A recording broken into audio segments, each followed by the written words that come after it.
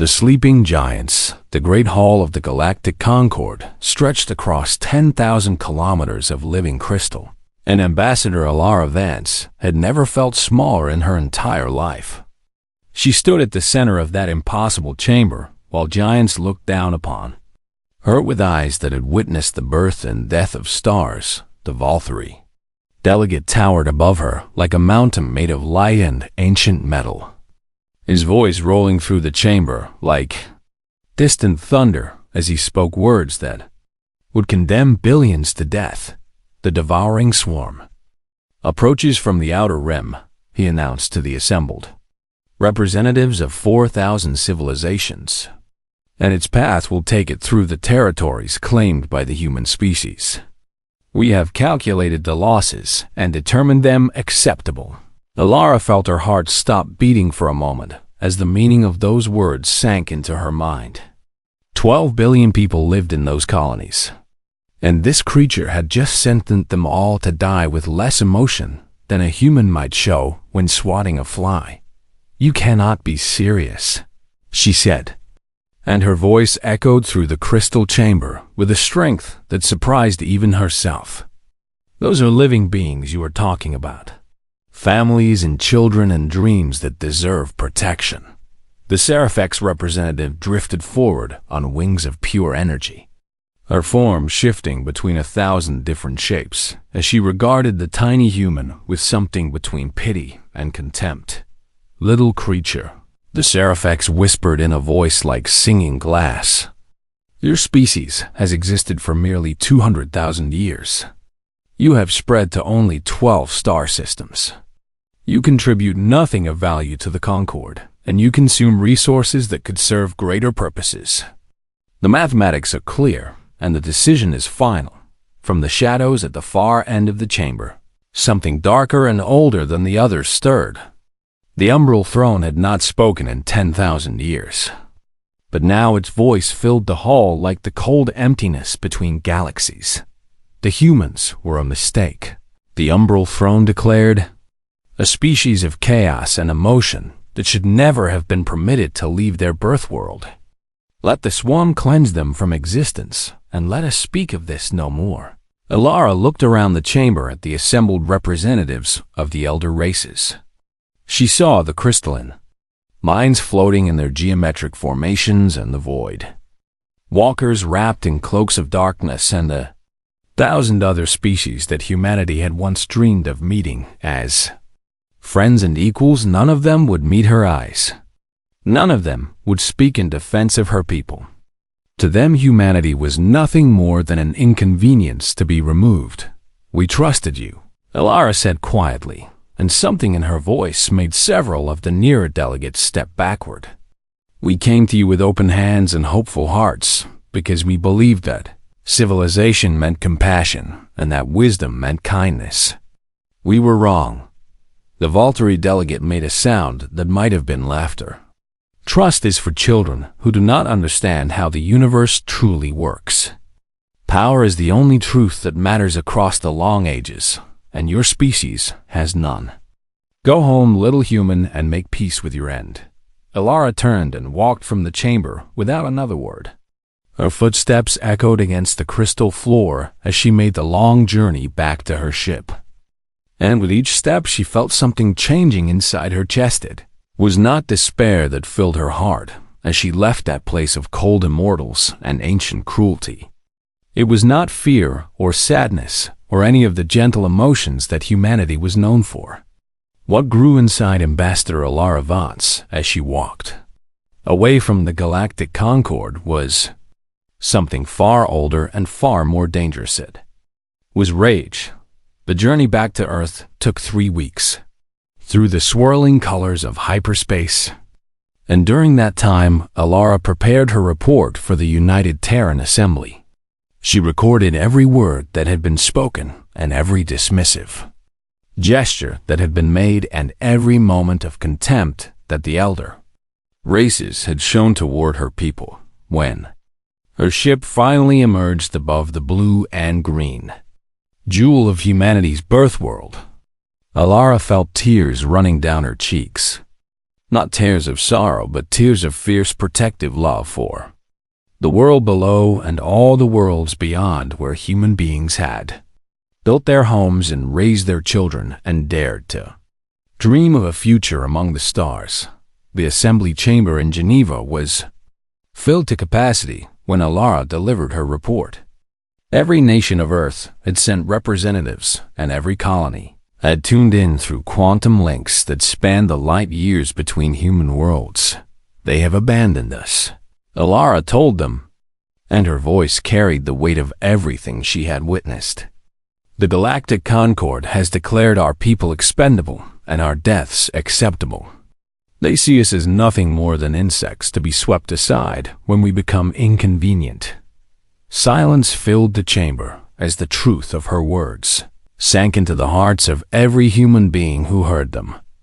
12 billion lives had been discarded by creatures who called themselves gods, and there was nothing that diplomacy or pleading or reason could do to change their minds. President Marcus Webb stood slowly from his seat at the center of the assembly. He was an old man with white hair and kind eyes, but something in his expression had changed as he listened to the ambassador's report. So they have made their choice, he said quietly, and now we must make ours. We can accept our fate and wait for death to come for our people, or we can remember who we truly are. He looked around the chamber at the representatives of every human nation and colony. He looked at the faces of soldiers and scientists and artists and farmers, all the countless varieties of human beings who had gathered to hear their doom pronounced. Our ancestors survived ice ages and plagues and wars that should have destroyed them 1,000 times over. President Webb continued. They crawled out of caves and built cities and split the atom and reached for the stars because something inside them refused to accept defeat. That something still lives inside every one of us. The chamber had grown very still as he spoke, and Alara could feel something stirring in the air around her. It was as if the words of the president had awakened something that had been sleeping for a very long time. The elder races call us children, President Webb said, and now his voice rang with a power that seemed to shake the very walls. They mock our short lives and our fierce emotions and our stubborn refusal to accept what they call reality. But they have forgotten something important. He raised his fist into the air, and his eyes blazed with a fire that Alara had never seen before. Children grow up, he declared, and when they do, they become something that even gods should fear. The chamber erupted in a roar of voices as every human being present rose to their feet. The sound traveled across quantum links to every colony and every ship and every outpost where human beings waited to learn their fate, and in that moment, something ancient and terrible began to stir in the blood of every man and woman and child who carried human DNA. Something that had been locked away since the dawn of time was finally beginning to wake. The gods had made their decision, but they had no idea what they had unleashed upon the universe. The remembering 6 months after the Galactic Concord abandoned humanity to die, strange things began happening across every world where human beings lived. Doctors could not explain it and scientists could not measure it, but everyone could feel it in their bones and in their blood. They called it the remembering. Dr. Marcus Chen first noticed the changes in his research laboratory deep beneath the Antarctic ice. He had spent 20 years studying human genetics, and he thought he understood everything there was to know about the code that made people who they were. He was wrong. This is impossible, he whispered as he stared at the data scrolling across his screens. These genes have been dormant for thousands of generations. They should not be activating now. His assistant Sarah looked over his shoulder with wide eyes. What does it mean? Dr. Chen, what are these genes supposed to do? Marcus shook his head slowly as he tried to make sense of what he was seeing. The changes were happening in every blood sample they had collected from across human space. And the pattern was unlike anything in the history of medicine. I do not know, he admitted. But whatever these genes were designed for, they are waking up now. Something has triggered them to activate after being silent since before recorded. History. Across human space, the effects of the remembering grew stronger with each passing day. Soldiers reported reflexes so fast that they could catch bullets from the air. And engineers solved equations that had baffled the greatest minds for centuries in a small apartment in Tokyo. A young woman named Yuki Tanaka woke up one morning and discovered that she could hear the thoughts of everyone in her building. The voices filled her head like a chorus of whispers until she learned to quiet them with nothing but the power of her will. A Mayan colony orbiting a distant gas giant. A construction worker named James Okonkwo lifted a fallen beam that weighed 3 tons and saved 6 of his co-workers from being crushed. When they asked him how he had done it, he could only shake his head and wonder children were born who could see events before they happened, and old people regained the strength and energy of their youth. The changes touched everyone in different ways. But they touched everyone. Dr. Chen worked without sleep for weeks as he tried to understand what was happening to his species. He searched through ancient databases and forgotten archives and classified files that had been sealed for centuries. Finally, he found the answer in a vault that had been buried beneath the ice since before the first human civilization had risen and fallen. The vault was older than humanity itself. Its walls were covered in symbols that no human language could translate. And at its center stood a single pillar of strange metal that hummed with energy that made the air taste like lightning. The architects. Marcus breathed as he read the symbols with a translator program that had taken him 3 days to create. They came to Earth millions of years before humans existed. They seeded our world with their own genetic code. The truth was almost too large to comprehend. Humanity had not evolved by accident or by the blind workings of natural selection. They had been designed by beings so advanced that their technology seemed like magic, but the architects had also been afraid of what they were creating. They put limiters in our DNA. Marcus explained to the emergency council that gathered to hear his findings. They encoded blocks and barriers that would keep us from reaching our full potential. They wanted us to grow slowly and carefully so that we would not become dangerous. President Webb leaned forward with intense interest. And these limiters are failing now. Why?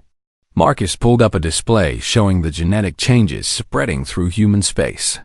The limiters were designed to hold as long as humanity felt safe and protected. As long as we believed that someone else would take care of us. The blocks remained in place. But when the Concorde abandoned us and we faced true extinction, something in our collective consciousness triggered the release. We were never meant to reach our full power unless we had no other choice. Marcus continued. The architects designed us as a weapon of last resort. A species that would only awaken when the universe itself pushed us to the edge of destruction. Admiral Amara Okonkwo, Ginger's grandmother and the highest-ranking officer in the Terran fleet, stood up from her seat. What exactly are we awakening into, Doctor? What did the architects design us to become? Marcus was quiet for a long moment before he answered. I am not entirely sure. But the genetic sequences that are activating now are unlike anything I have ever seen. They contain information that our science cannot even begin to understand. He looked around at the assembled leaders of humanity with something like awe in his eyes. Based on what I have found, I believe the architects designed humans to eventually surpass every other species in the galaxy. We were meant to become something greater than the elder races could ever imagine. We were meant to become gods. The words hung in the air like a challenge and a promise. The men and women who heard them felt something stir in their hearts. And they knew that Dr. Chen was speaking the truth across human space. The remembering continued to spread. People discovered abilities they had never dreamed of possessing. And the boundaries of what was considered possible expanded with each Passing hour Yuki Tanaka was no longer alone. Thousands of other psychics had awakened across the colonies, and they were learning to combine their powers in ways that defied explanation. They could feel each other's minds across the light years that separated them, and they were beginning to understand that together they could do things that no individual could accomplish alone. The strongest among them could reach out with their thoughts and touch the fabric of reality itself. They could bend light and twist gravity and open doorways to places that existed outside normal space. They called themselves weavers because they had learned to weave the threads of the universe into new patterns. James Okonkwo discovered that his strength continued to grow. He could run faster than any vehicle and jump higher than the tallest buildings. And his body healed from injuries that should have killed him in minutes rather than months. He was not alone, either. Soldiers and civilians alike were transforming into something more than human, and the military scientists who studied them could barely keep up with the changes. The devouring swarm was still coming. Its vast fleets of bioorganic vessels were consuming everything in their path as they approached human space. And the clock was ticking toward extinction, but humanity was no longer the same species that had begged the Galactic Concord for help. Something ancient and powerful was awakening in the blood of every human being, and the universe itself seemed to hold its breath as it waited to see what they would become. The elder races had called them children. They had mocked their short lives and their emotional natures and their stubborn refusal to accept limits. They were about to learn just how dangerous it was to threaten a child who was finally growing up. The forging Admiral Amara Okonkwo stood on the bridge of the flagship, unconquered, and watched as the first Terran warfleet assembled in orbit around Mars. 12 ships against the endless hunger of the devouring swarm seemed like madness. But these were not ordinary ships crewed by ordinary humans. The vessels themselves had been redesigned from the ground up by engineers, whose awakened minds could see solutions that had been invisible before. Their hulls were made from materials that had not existed 18 months ago, and their weapons drew power from sources that the elder races had declared impossible. Admiral, her tactical officer, reported, "The Swarm Vanguard has entered the new Helsinki system. They number approximately 10,000 biovessels, and they are moving toward the colony." Amara nodded slowly as she studied the display. 10,000 against 12 was not a battle that any sane commander would choose to fight, but sanity was a luxury that humanity could no longer afford. "Signal the fleet," she ordered. "We jump in 5 minutes." The journey through hyperspace had once taken weeks. Now, the awakened navigators could fold the distance between stars like paper. And the Terran warfleet emerged above New Helsinki in a flash of light that lit up the sky like a second sun. Devouring swarm stretched across the void like a living ocean of hunger. Each biovessel was a creature unto itself, grown from the consumed matter of 1,000 dead worlds. And together they formed a hive mind that had extinguished more civilizations than humanity could count. They had never known fear. They had never known defeat. They had simply consumed and grown and consumed again until entire galaxies lay empty in their wake.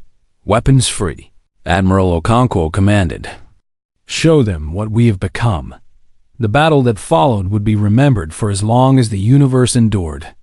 The 12 ships of the Terran warfleet moved through the swarm like wolves among sheep, and their weapons carved paths of destruction that defied all understanding. The weavers aboard each vessel reached out with their minds and tore holes in the fabric of reality.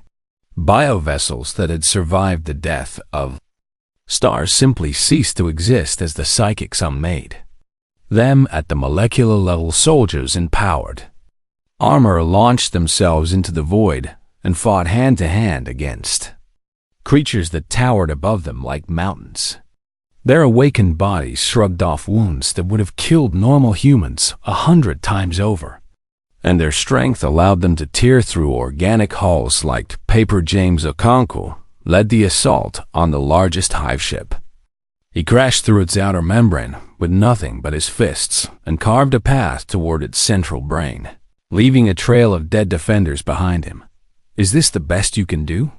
he roared as he ripped the heart out of a guardian beast that stood twice his height. "We are humanity, and we do not bow to anyone." The hive mind of the swarm felt something it had never experienced before as it watched its vessels dying by the thousands. The emotion was unfamiliar and disturbing, like a wound that would not heal fear.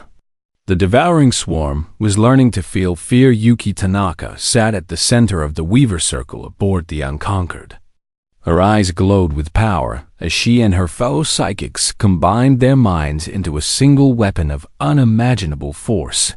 "I can feel them," she whispered to the others. "I can feel the hive mind trying to understand what is happening. They have never faced anything like us before." "Then let us give them something to remember," another Weaver replied. "Let us show them why the architects created humanity." Together the Weavers spoke a word. It was not a word in any human language, but something older and deeper. A sound that resonated with the fundamental frequencies of the universe itself. The swarm felt that word passed through its collective consciousness like a blade. Connections that it held for millions of years suddenly shattered, and biovessels that had acted as one began to turn on each other in confusion and terror. "Press the attack," Admiral Okonkwo ordered. "Do not let them recover." The Terran warfleet surged forward with renewed fury. Awakened gunners fired weapons that converted matter directly into energy, and awakened pilots flew their vessels through maneuvers that should have been physically impossible. 6 hours after the battle began, it was over. The devouring swarm that had threatened New Helsinki had been completely destroyed, and not a single human life had been lost. Admiral Okonkwo looked out at the debris field that stretched across the void and felt no satisfaction. This was only the vanguard, and the true body of the swarm was still coming. But today humanity had proven something important. They had shown that the awakening was real and that the power flowing through their veins could stand against any enemy. "Send a message to Earth," she ordered. "Tell them that New Helsinki is secure and that we are ready for whatever comes next." Far across the galaxy, the Ascended Ones received reports of the battle from their observers. The Valkyrie High Seer gathered his council and tried to understand what had happened. "This is impossible," one of his advisors declared. "No species develops this quickly. Their technology should have taken centuries to advance, not months." "It is not technology," the High Seer replied quietly. "It is something else. Something is awakening inside the humans that we do not understand." He reached out with his divine sight to probe human space and discover the source of their sudden power. His consciousness crossed the light years in an instant and touched the outer boundaries of human territory. What he found there shattered his mind forever. The High Seer collapsed screaming and did not stop for 3 days. When he finally fell silent, his eyes were empty, and his ancient wisdom had been burned away by something too terrible to comprehend. His last words before the madness took him echoed through the halls of the Valkyrie Citadel. "They are not children. They are what we were before we became afraid to grow. They are what we could have been if we had not chosen safety over greatness. They are coming for us. They are coming for all of us. And nothing in the universe can stop them now." The other Ascended Ones heard these words and felt something cold settle into their immortal hearts. They had lived for millions of years without knowing fear, but now they understood that something had changed. Humanity was no longer a species to be dismissed. They had become something that even God should dread, and they were only beginning to discover what they could truly do. The reckoning, the umbral throne, had not moved from its place of shadows in 10 million years. But now it stirred with a purpose that made the other Ascended Ones tremble. The darkness that surrounded it deepened until even the light of distant stars seemed to bend away in fear. The humans must be destroyed, the umbral throne declared in a voice that was older than most galaxies. We cannot allow them to reach their full potential. We cannot allow them to become what they were designed to become. The Valkyrie representative stepped forward nervously. The madness of the High Seer had shaken his people to their core, and they were desperate for any solution that would end the human threat. "What do you propose?" he asked. "Our observers report that human power grows stronger every day. If we wait much longer, we may not be able to stop them at all." "Then we do not wait," the umbral throne replied. "We gather every fleet and every weapon we possess, and we strike at the heart of human space before they can awaken further. We burn their worlds and scatter their ashes across the void until nothing remains." The Seraphex delegate flickered with uncertainty. "Is this wise? The humans have done nothing to threaten us directly. They only defend themselves against the swarm." "Fool!" The umbral throne roared, and the force of its anger knocked the Seraphex backward across the chamber. "Do you not understand what they are? Do you not remember the warnings of the architects?" Silence fell across the assembly as the umbral throne continued. "The architects created humanity as their final work before they transcended this universe. They designed the humans to become greater than all other species combined. But they feared what they had made.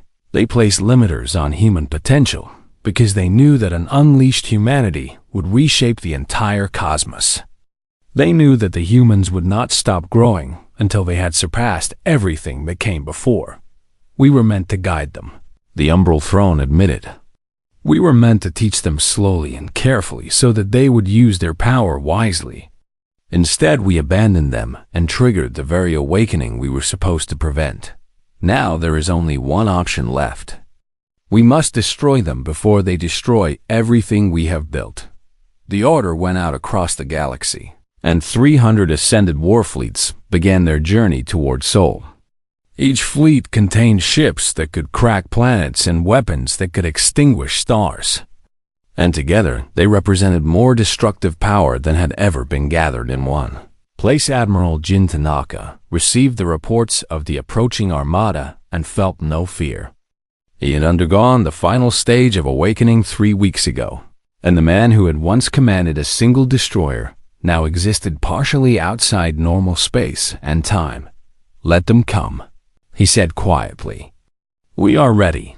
The human fleet that assembled to meet the Ascended was small compared to the force approaching them. Only 50 ships waited in orbit around Earth, while 300 fleets carrying millions of divine warriors crossed the void. But those 50 ships carried the most fully awakened humans in existence. And their power had grown beyond anything the elder races could imagine. Yuki Tanaka stood at the center of the Weaver Circle. Her body had become translucent with the energy flowing through her, and her eyes saw things that existed far beyond the normal spectrum of light. "I can feel them coming," she said to her fellow weavers. "They are afraid. Even as they prepare to destroy us, they are terrified of what we might become." "Good," James Okonkwo replied. His body had grown to nearly 3 meters tall, and his skin shimmered with barely contained power. "Let them feel what they made us feel when they abandoned our people to die." Ambassador Alara Vance stepped forward. She had changed more than anyone since the awakening began, and her form now flickered between solid and something else entirely. "No," she said firmly. "We will not become like them. We will not answer cruelty with cruelty. There is another way." The Ascended Armada dropped out of hyperspace at the edge of the Sol system and began its final approach. Divine warriors who had conquered. Entire galaxies prepared their weapons and steeled their hearts for the battle to come. They never got the chance. To fire a single shot, Admiral Tanaka raised his hand, and the weavers began to speak. Their voices combined into a sound that was not really sound at all, but something that existed beneath and beyond mere vibration. The word they spoke was one that the architects had used to shape reality itself. It was a word of truth that could not be denied, and it carried across the void to touch the minds of every being in the Ascended Armada, and the Ascended remembered. They remembered what they had been before they became gods. They remembered the hope and the fear and the burning desire to grow that had driven them to reach for the stars. They remembered the moment when they had first gained immortality and decided that change was too dangerous. They remembered choosing safety over potential, comfort over growth, stagnation over transcendence. The warriors aboard those ancient warships fell to their knees as the truth washed over them. They had spent millions of years believing that they had achieved perfection, but now they saw themselves clearly for the first time. They were not gods. They were cowards who had stopped growing because they were afraid of what they might become. The umbral throne felt the word reach its ancient consciousness and tried to resist. It had existed for longer than most stars, and it would not bow to creatures that had barely learned to walk upright. But even the umbral throne could not deny the truth. It remembered being young and full of wonder, reaching toward infinite possibilities with joy rather than fear. It remembered choosing to stop one by one. The ascended war fleets began to turn away, not in defeat but in shame. They could not bring themselves to destroy a species that showed them everything they had abandoned. Wait, the Valkyrie commander called out as his fleet withdrew. What are you? What have you become? Alara Vance appeared before him like a ghost made of starlight. Her voice echoed across the void with perfect clarity. We are what you could have been, she said gently. We are what any species could become if they refuse to accept limits. You chose safety, and we chose hope. That is the only difference between us. But it is not too late for you. It is never too late to start growing again. The Valkyrie commander stared at her for a long moment before bowing his head. 10 million years of pride crumbled before the simple truth of her words. The Ascended Armada departed without firing a single weapon. The greatest military force ever assembled had been turned aside not by power, but by wisdom, and across the galaxy. Beings who had called themselves gods began to wonder if perhaps they had made a terrible mistake long ago. Perhaps it was time to start growing again. The Ascension, the main body of the devouring swarm, arrived 3 months after the Ascended fled. It stretched across the void like a cancer made of hunger and hate. Billions upon billions of biovessels that had consumed more life than any force in cosmic history. They came expecting easy prey. They came expecting to feast on the soft flesh of a young species.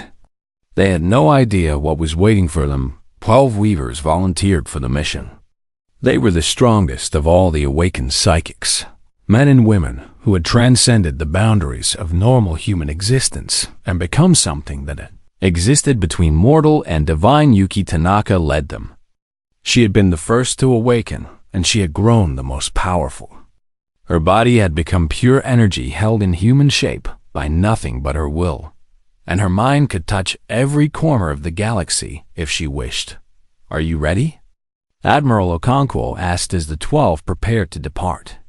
There would be no ships for this mission, no weapons except the power that burned inside each weaver. We were born ready, Yuki replied with a smile that blazed like the heart of a star. This is what the architects designed us for.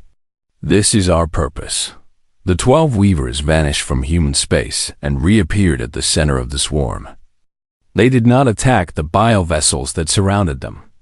Instead, they reached out with their combined consciousness and touched the hive. Mind itself, the devouring swarm, had existed for longer than most galaxies. It had consumed countless civilizations and absorbed their knowledge and their fear. It believed itself to be the ultimate predator, the final expression of survival in a hostile universe.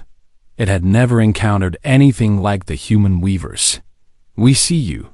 Yuki spoke directly into the hive mind. We see what you are and why you exist. You consume because you are afraid. You destroy because you do not know how to create. the swarm tried to fight back. It hurled millions of biovessels at the 12 intruders and commanded its deadliest weapons to fire.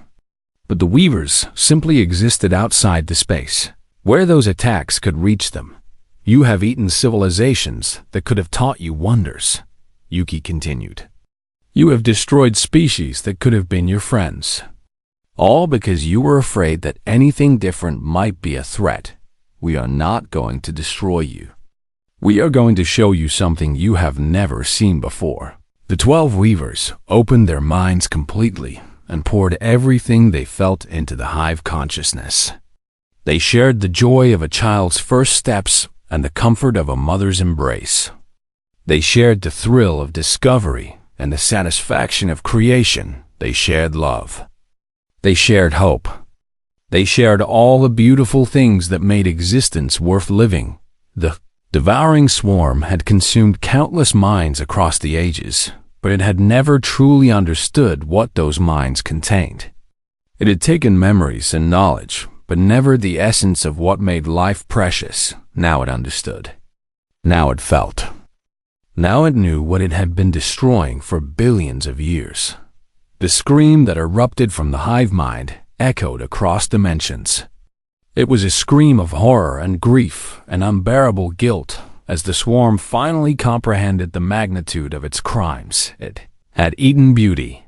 It had destroyed love. It had consumed hope itself and never even noticed. We could have been so much more, the hive mind whispered to the Weavers. We could have grown alongside the others instead of feeding on them. Yes, Yuki agreed gently. You could have been, but you chose fear instead of growth. Just like the Ascended did. Just like so many species have done. It is too late for us, the swarm replied. We cannot undo what we have done. We cannot bring back what we have destroyed. No, Yuki admitted. But you can stop. You can choose to become something different. You can choose to grow instead of consume. The hive mind was silent for a long moment as it considered her words. It had existed for so long as a force of destruction that it could barely imagine being anything else. But the human Weavers had shown it something wonderful. They had shown it that existence could be about more than survival. They had shown it that the universe contained treasures worth protecting rather than consuming. We cannot live with what we have done, the swarm finally answered. The weight of our crimes is too great to bear. But we can make one final choice. The devouring swarm began to die. Not because the humans killed it, but because it chose to end its own existence. Billions of biovessels released their stored energy back into the cosmos and became clouds of light that drifted between the stars. Thank you, the hive mind whispered as it faded away. Thank you for showing us what we could have been. Perhaps in some other universe, we will make a different choice. The 12 Weavers returned to human space as heroes, but they did not celebrate. They mourned for the swarm that might have been an ally instead of a monster. If only someone had shown it kindness before it was too late. The Galactic Concord dissolved within a year. The Ascended Ones retreated to their ancient citadels and closed their doors to the universe. Some of them began the long process of learning to grow again. But many simply hid from the humans who had shown them their own. Shame Ambassador Alara Vance became the first human to fully transcend physical existence. She existed everywhere and nowhere at once. Her consciousness spread across the fabric of reality itself. Before she completed her transformation, she sent one final message to every being in the galaxy. Her words carried across the void to reach even the Ascended in their hidden places. You called us children, she said. You thought our short lives and fierce emotions made us weak. You were right that we were children, but you forgot what children do. Children grow. Children learn. Children refuse to accept the limitations that their elders have embraced. Children look at the impossible and ask why not. You stopped growing because you were afraid. You chose comfort over potential and safety over transcendence. You forgot that the universe rewards those who dare to become more than they were. We never forgot. We never stopped reaching. We never accepted that there were limits to what we could become. That is why you hid from us. Not because we threatened your power, but because we reminded you of everything you abandoned. We do not hate you. We pity you. But we also hope that someday you will find the courage to start growing again. The universe is infinite, and eternity is long. There is room for all of us to become something wonderful. We are humanity. We are what happens when a species refuses to give up. And we are just getting started. In hidden citadels across the cosmos, beings who had called themselves gods listened to her words and wept. Some wept from shame, and some wept from fear, but a few wept from hope. Because the humans had shown them that it was never too late to start growing again, and in the space between stars, the children of Earth laughed as they played with the building blocks of reality. They were just getting started, and the universe stretched before them like an endless canvas waiting to be painted. The gods had hidden because they were afraid of what humanity might become. They were right to be afraid. But they were wrong about one thing: humanity had not come to destroy them. Humanity had come to show them the way home.